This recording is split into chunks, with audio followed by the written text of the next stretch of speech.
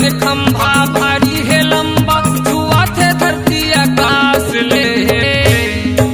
ये झकन न लागे झकास ले, लागे लागे गिरौद पूरी धाम।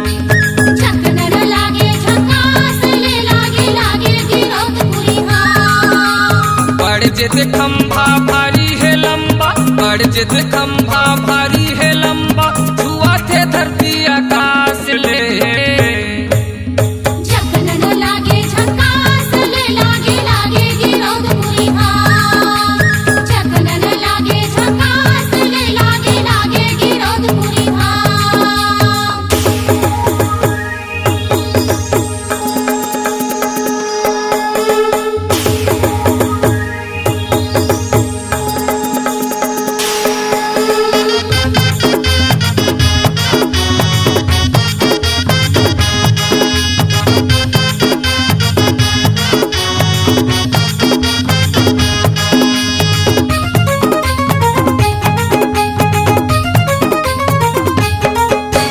पहली रहीस है पट पर पथरा, भारी जंगल घन घोर।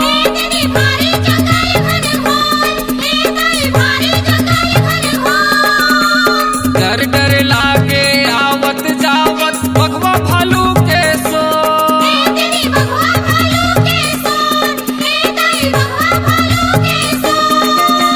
रिक बिग बड़े बिजुरिया, हो हो हो हो हो।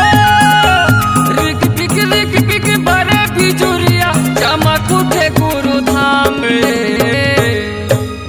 झकन न लागे झकास ले, लागे लागे गिरौद पूरी धाम।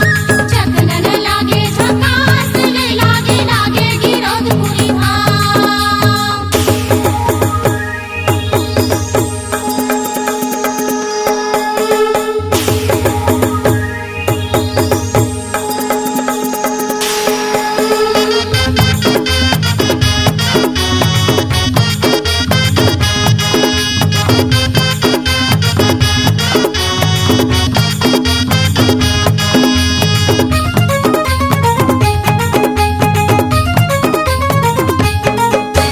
किस्म किस्म के भवन बने इहाँ लाखों करोड़ों के डेरा।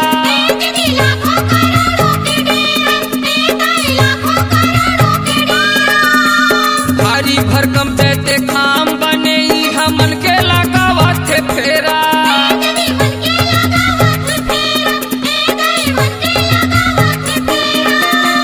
लहर लहर लहरावत थे झंडा, ओ हो हो हो हो। लहर लहर लहरावत थे झंडा, सते लोके आकाश ले। झकन न लागे झकास ले, लागे लागे गिरौद पूरी धाम। झकन न लागे झकास ले, लागे लागे गिरौद पूरी धाम। बढ़ जेत खंभा भारी है लंबा, बढ़ जेत खंभा भारी है लंबा, छुआ थे धरती आकाश ले। ये झकन न लागे झकास ले, लागे लागे गिरौद पूरी धाम। झकन न लागे झकास ले, लागे लागे गिरौद पूरी धाम।